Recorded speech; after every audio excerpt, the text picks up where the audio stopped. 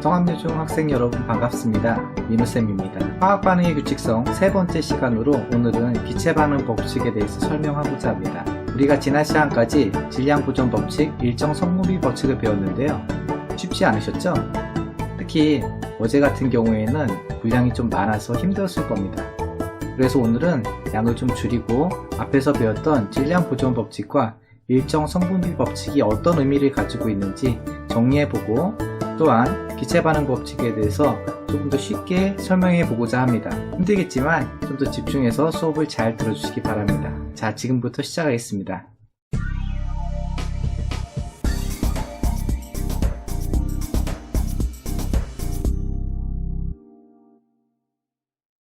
오늘은 기체 반응 법칙에 대해서 배우시게 됩니다. 학습 목표는 다음과 같습니다. 기체 사이의 반응에서 기체 반응 법칙이 성립하는 것을 설명할 수 있다, 이렇게 되어 있죠. 특히 유심해서 보셔야 되는 것은 바로 기체라는 단어입니다. 앞에서는 물질의 상태에 대해서 특별히 언급하지 않았습니다. 하지만 이 단원에서는 특별히 기체 상태의 물질이 결합하여 화합물이 생성이 될 때 나름의 규칙성을 찾아내는 데 이 단원의 의미가 있습니다. 그리고 단순히 화학 반응이 일어나는 것을 살펴보는 것이 아니라 이를 통해 우리가 앞에서 얘기한 원자로는 증명할 수 있는 단계까지 도달하게 됩니다. 영상을 보시고 계속 진행하도록 하겠습니다. 용접할 때 산소와 LPG를 반응시켜서 열을 얻나 봐. 그런데 산소가 들어있는 통이 LPG가 들어있는 통보다 크네? 기체가 들어있는 통의 크기를 왜 서로 다르게 만들었을까? 글쎄, 산소 기체가 더 많이 쓰이나? 두 가지 기체가 서로 반응할 때 기체들의 부피 사이에는 어떤 규칙이 있을까? 영상 잘 보셨나요? 용접을 할 때에는 LPG와 산소 이렇게 두 가지 기체가 사용이 됩니다. 그런데 우리가 영상에서 봤듯이 두 개의 용량이 서로 다른 것을 알 수가 있네요. 단순히 그냥 통의 차이일까요? 아닙니다. 이 LPG와 결합하는 산소의 양은 서로 결합하는 비율이 다르기 때문에 이렇게 통의 차이가 있게 되는 겁니다.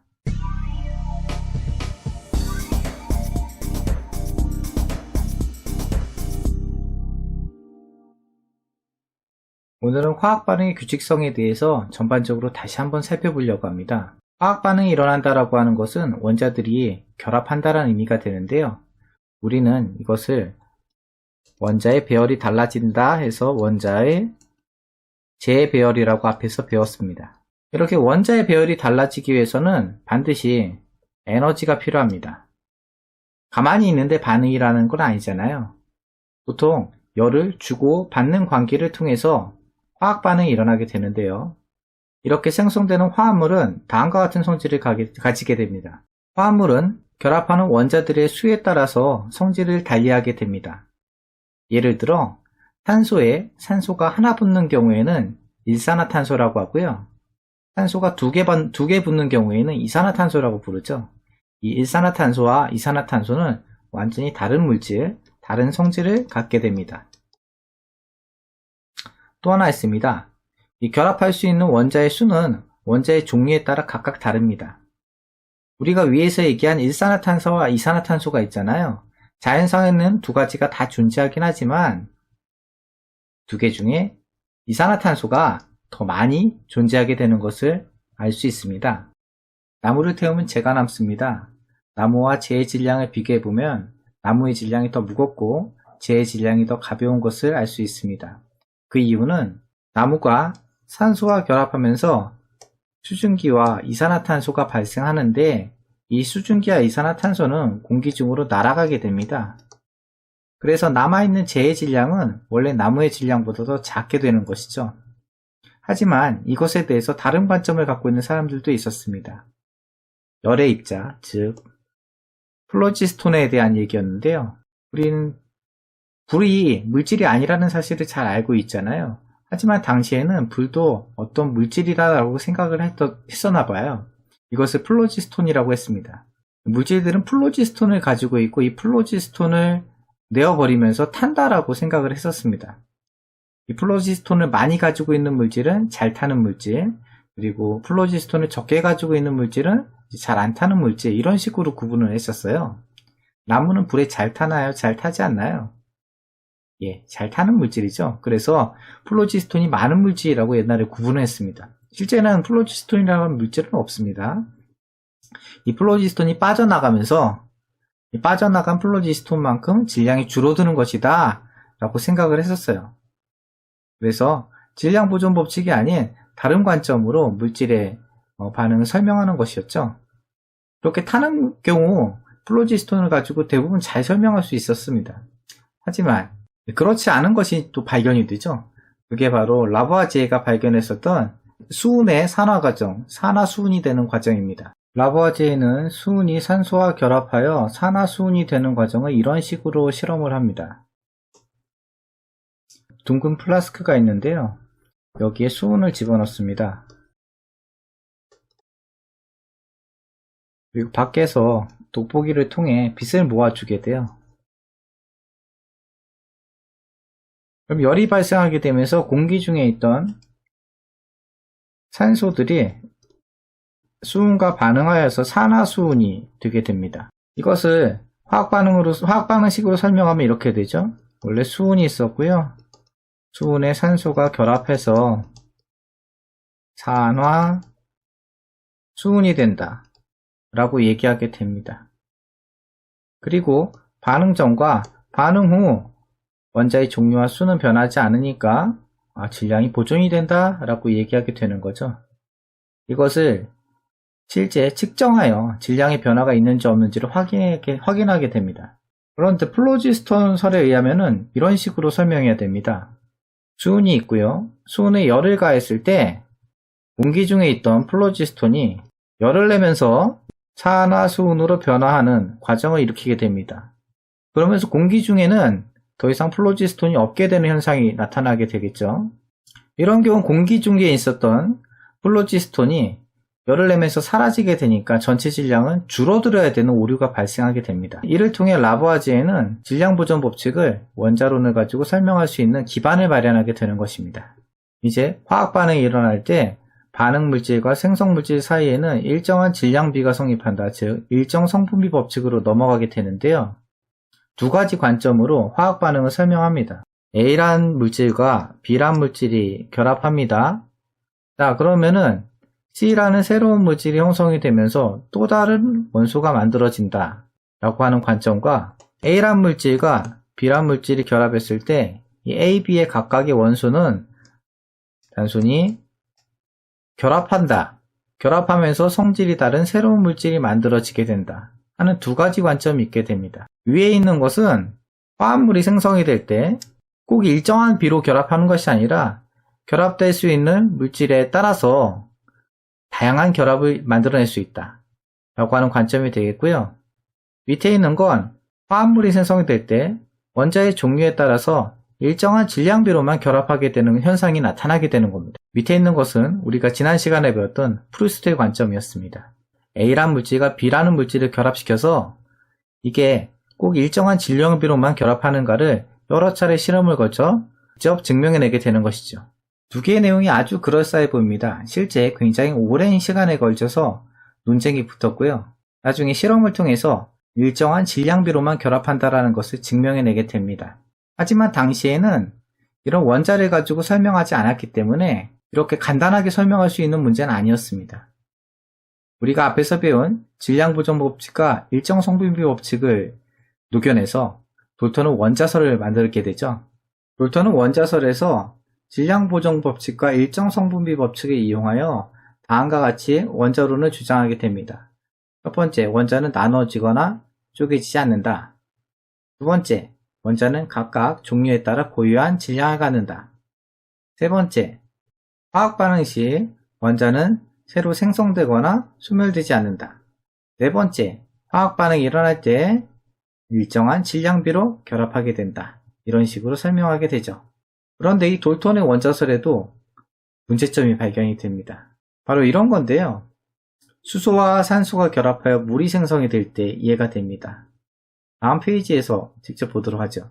수소 2리터와 산소 1리터를 반응시켰더니 수증기가 2리터 발생하게 됩니다. 이걸 모형으로 나타내면 이런 식이 됩니다. 당시에 돌턴은 수소는 수소 알갱이 하나, 산소는 산소 알갱이 하나가 물질의 성질을 나타낸다고 생각했습니다. 그러니 수소 2리터를 이런 식으로 표현할 수 있게 되겠죠. 수소 2개랑 산소 하나가 반응하게 되는 이런 모형이 됩니다.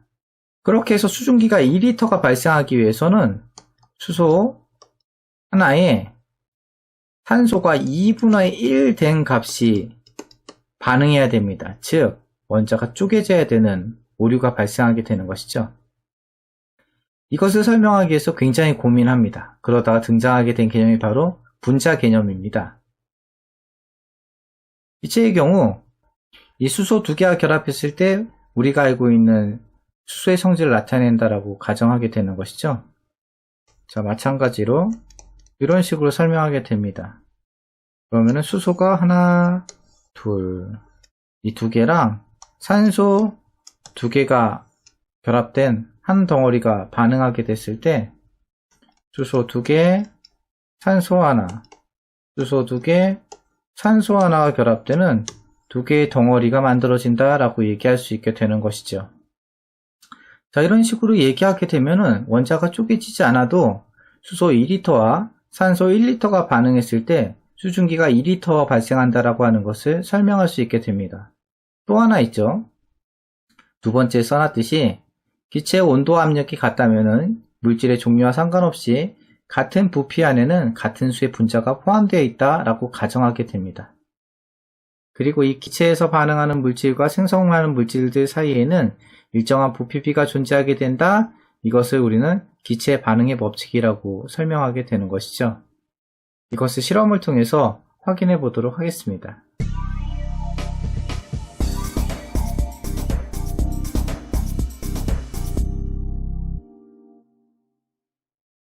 암모니아 기체가 생성되는 반응에서 기체들의 부피 사이에는 일정한 정수비가 성립하는 것을 확인해 보도록 하겠습니다. 이는 질소 기체와 수소 기체가 반응하여 암모니아 기체가 생성될 때 각각의 기체의 부피들을 나타낸 겁니다. 자, 질소 어떻게 썼나요? N이라고 썼죠? 수소는요? H, 암모니아는요? NH3 이렇게 됩니다. 좀 더 정확히 하면은 질소는 N 2개가 결합한 거고요. 수소는 H 2개가 결합해 있는 것입니다. 이것이 반응해서 NH3가 되는 과정이 되는데요. 이 앞에 들어갈 숫자에 대해서는 잠시 후에 얘기하도록 하겠습니다. 우선은 이 기체들이 일정한 비율로 결합하는 것을 확인해 보려고 해요. 첫 번째 실험입니다. 질소 10에 수소 40을 반응시켰습니다. 이때 수소가 10만큼 남았네요. 그렇다고 한다면은 질소는 모두 반응했을 거고요. 수소는 30만큼 반응했을 겁니다. 그리고 생성된 부피는 얼마가 돼요? 20이 되는 걸 볼 수가 있네요. 즉, 질소와 수소와 생성된 암모니아의 비율은 10대 30대 20, 즉 1대 3대 2가 되는 것을 볼 수 있습니다. 밑에도 적용되는지 확인해 보죠. 두 번째는 질소가 15, 수소가 60 있습니다. 그리고 반응 후에 남은 것은 수소가 또 15 남았네요. 이때 질소는 모두 반응했을 거고요. 반응한 수소의 부피는 60에서 15를 뺀 얼마요? 45만큼 반응했을 겁니다. 그리고 생성된 암모니아의 부피는 30이 되는 거죠. 비율로 따지면 15대 45대 30, 즉 1대 3대 2가 되는 것을 볼 수가 있네요. 세 번째 보시면은 질소 30에 수소 60이 있습니다. 요번엔 질소가 10만큼 남았네요. 반응한 기체를 써보면은 질소는 20만큼 반응했을 거고요. 수소는 모두 반응했을 겁니다. 생성된 암모니아의 부피는 40이네요. 부피비를 따지면 20대 60대 40 얼마가 되는 거예요? 1대 3대 2가 되는 것을 볼 수가 있네요. 계속해서 봅니다. 질소 45, 수소가 90 있습니다. 그리고 남은 건 질소가 15 남았네요. 즉 수소는 90 모두 반응했다는 얘기고요. 질소는 45에서 15를 뺀 얼마요? 30만큼 반응했다는 얘기가 되는 겁니다. 그리고 생성된 암모니아의 부피는 60이네요. 비율로 따지면 역시 1대 3대 2가 되는 것을 볼 수가 있습니다. 이 1대 3대 2의 비율이 실은 어디에 포함되어 있냐면요. 요 앞에 써지게 돼요. 1대 3대 2로 써지게 됩니다. 왜요? 아보가드로가 얘기했었죠? 같은 온도, 같은 기압에서 어떤 기체든지 간에 같은 부피 안에는 같은 수의 분자가 포함된다 라고 얘기했었거든요. 이 실험에서 질소, 수소, 암모니아의 부피비는 1대 3대 2가 됩니다. 그리고 이것을 화학식으로 쓰면은 이렇게 됩니다. 질소와 수소가 반응하면은 암모니아가 된다. 이것을 화학 반응식으로 쓰면 N2와 H2가 반응했을 때 암모니아 NH3가 된다 라고 얘기하게 되고요. 이걸 모형으로 그려볼까요? N은 이렇게, H는 이렇게 표시해 봅시다. 그리고 NH3는 N 하나에 H가 하나, 둘, 세 개 붙은 모양이 되겠네요. 자, 보시다시피 그 수가 반응 전과 반응 후 일치하지 않는 것을 볼 수가 있습니다. 이제 맞춰보도록 하죠. 자, N의 개수 여기는 하나, 두 개 있죠?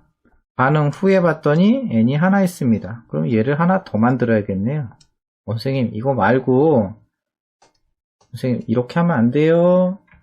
여기다 그냥 붙여버리고 싶은 친구들이 있어요.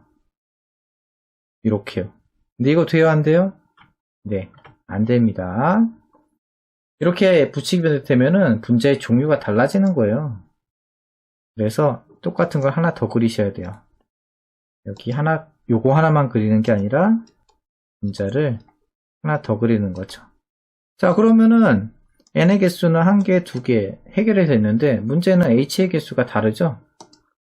H의 개수가 여기서는 하나, 두 개 있다면은 여기서는 하나, 둘, 셋, 넷, 다섯, 6개가 되고 있습니다.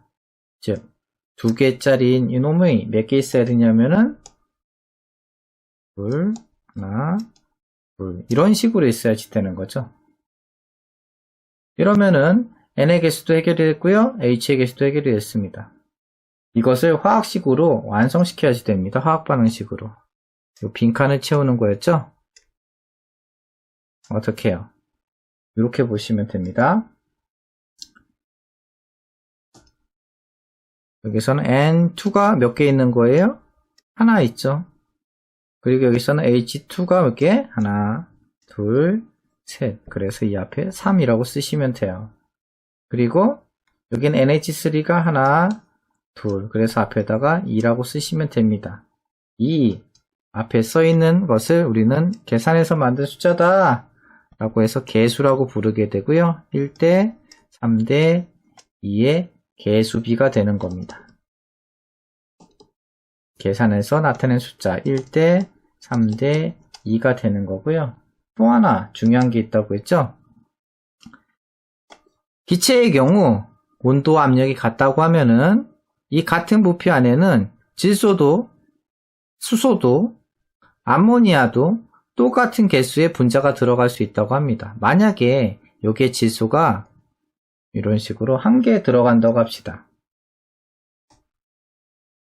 한 개의 분자가 들어간다라고 하면은 이 안에 들어갈 수 있는 수소도 역시 한 개의 분자만 들어갈 수 있고요. 이 안에 들어갈 수 있는 암모니아 분자도 역시 몇 개 들어가요? 네, 한 개만 들어갈 수 있게 되는 겁니다. 그런데 분자의 개수가 질소에서는 1개, 수소에서는 3개, 암모니아에서는 2개 이렇게 있으니까 이 앞에 있는 1, 3, 2의 숫자는 단순히 개수비만 의미하는 것이 아니라 모두 의미하게 되냐면은 기체의 부피비도 되게 설명할 수 있게 되는 겁니다.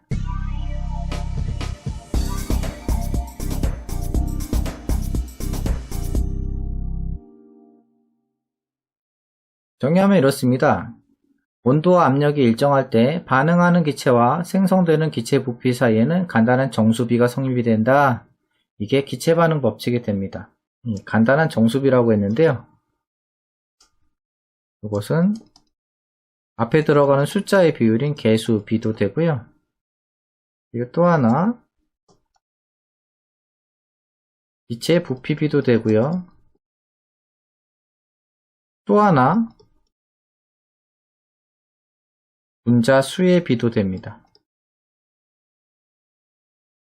밑에 있는 것은 물이 생성되는 과정입니다. 수소와 산소가 반응하여 수증기가 형성이 될 때 이러한 부피비를 갖게 되는 거죠.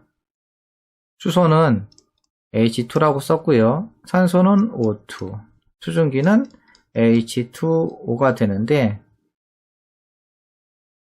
이 앞에 들어갈 수 있는 숫자를 맞춰봅니다. 개수비를 맞춘다고 해요. 봅시다. 수소를 이렇게 표시해 봅시다. 수소예요. HH 그리고 더해져요. 뭐랑 더해지죠? 산소랑 더해집니다. 산소. 산소는 이렇게 표시해 봅시다. O, O. 결합하면은 물이 생성이 된대요. O 하나에 H가 몇 개요? 2개. 얘를 우리는 H2O라고 얘기하게 되죠. 봤더니 반응 전과 후에 원자의 종류 같은데요. 수가 달라요. 우선 H의 개수는 2개로 일치합니다. 여기 H 있죠? 여기 H 2개 있습니다. 하지만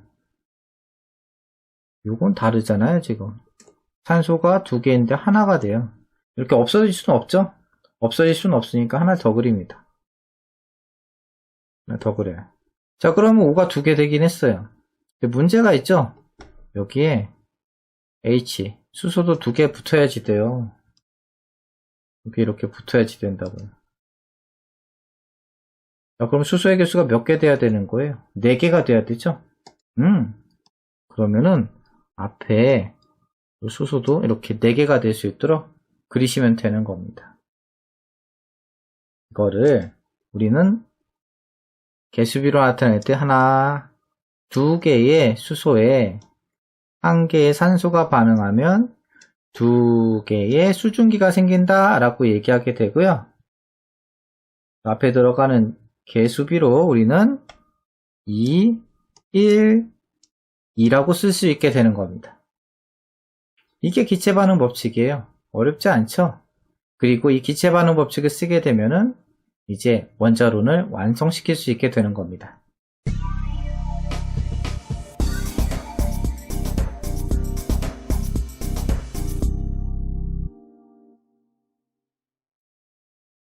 이산화질소가 발생하는 과정입니다. 질소기체와 산소기체가 반응해서 이산화질소가 생성이 될 때 우리가 배웠던 내용들을 가지고 요 화학 반응의 규칙을 한번 설명해 보도록 하겠습니다. 단 온도와 압력은 일정하다고 되어 있죠. 그리고 이 안에 자세히 보시면은 기체라는 표현이 이미 나와 있습니다. 그러니 기체 반응 법칙을 적용하시면 됩니다. 우선 질소는 자연상에선 N2로 존재합니다. 산소는 O2로 존재하고요. 이산화질소는 NO2가 됩니다. 이산화질소는 부득이 외우셔야겠네요. 얘를 완성시켜 보도록 할게요. 밑에 보시면 이런 식으로 모형이 나와 있죠? 이건 조금 있다가 살펴보도록 하고요. 직접 모형을 그려서 한번 설명해 보도록 하겠습니다. 자, 우선 질소입니다. 질소는 이렇게 표시해 보도록 할까요? N 두 개가 결합되어 있는 N2라고 제가 그렸습니다. 그리고 산소는 빨간 걸로 제가 표시했어요. 두 개가 결합되어 있는 O2라고 표시해 봤습니다. 그러면은 NO2는 어떻게 될까요? NO2는 N 하나에 O가 두 개 붙어 있어야지 됩니다. 이게 NO2예요. 그런데 문제가 하나 있죠. O의 개수는 하나, 두 개 문제가 없는데요. N의 개수가 다르네요. 하나, 두 개인데 하나가 됐어요. 줄어들 순 없다고 했죠. 그러면은 숫자를 맞춰줘야 돼요. N을 하나 더 그려서 두 개를 맞춰주고요. 이렇게 끝내면 안 됩니다. 똑같은 모양이 하나 더 있어야 되는 거니까 5가 이렇게 두 개 더 붙게 돼요. 그럼 5의 개수는 여기 3개, 4개가 돼야 되겠죠? 그러면은 화학 반응 전에 5의 개수도 몇 개가 돼야 되냐면은 이렇게 4개가 되면 되겠습니다. 다 있어요, 이제. 얘를 더하시면 이렇게 NO2가 만들어지게 되죠. 이걸 식으로 쓰면 됩니다. 볼까요? 여기 NO2 몇 개 있어요? NO2 여기 몇 개 있어요? 이렇게 한 개가 있죠? 저 O2는 몇 개 있어요? O2가 하나, 두 개 있습니다. 자, NO2는 몇 개 있어요? 하나, 두 개 있습니다. 이것을 앞에 개수로 쓰시면 돼요. N2 몇 개요? 한 개. 한 개. O2 몇 개요? 두 개. 그리고 NO2 몇 개요? 두 개. 이런 식으로 결합한다 라고 얘기하고 있어요. 밑에 보면 다 나와 있네요. 자, 한 개의 NO2랑 두 개의 O2가 반응해서 두 개의 NO2가 된다 라고 얘기하고 있고요. 이것은 개수 B 1대 2대 2 라고 얘기하고요. 이것은 또 부피 B 1대 2대 2라고 얘기할 수 있어요. 여기서 부피 B는 기체일 때만 가능한 겁니다. 그래서 문제 안에 기체란 표현이 있으면은 부피 B를 계산하라고 하겠구나. 화학 반응식을 쓰면 되겠네. 개수 B를 따지면 되겠네. 이렇게 생각하시면 되는 거예요. 내용을 정리합니다. 질소, 산소, 이산화질소의 부피 B는 1대 2대 2가 됐었죠. 1대 2대 2, 1대 2대 2로 반응하는 것 얘기했었고요. 그리고 이산화질소를 구성하는 질소와 산소의 질량비는 이런 식으로 얘기하게 되죠. 이산화질소는 NO2였잖아요. NO2라고 하는 건 N이 몇 개 있다는 얘기예요? N이 한 개. O는 몇 개 있어요? 두 개 있게 되는 거죠. 상대적인 질량을 따졌을 때 N은 14라는 원자량을 갖게 된다고 했고요. O는 16이라는 원자량을 갖는다고 했으니까 얘는 14대 32가 되는 거고요. 얘는 2로 나눴을 때 7대 16의 비율이 되는 겁니다. 세 번째, 반응 전과 후의 원자의 종류와 개수도 있는데 변하지 않는다. 그래서 질량 보존 법칙이 성립한다 라고 얘기하게 되는 겁니다. 이렇게 오늘은 앞에서 배웠던 질량 보존 법칙, 일정 성분비 법칙, 그리고 기체 반응 법칙까지 얘기하면서 원자론이 어떻게 정립되는지를 확인해 봤습니다.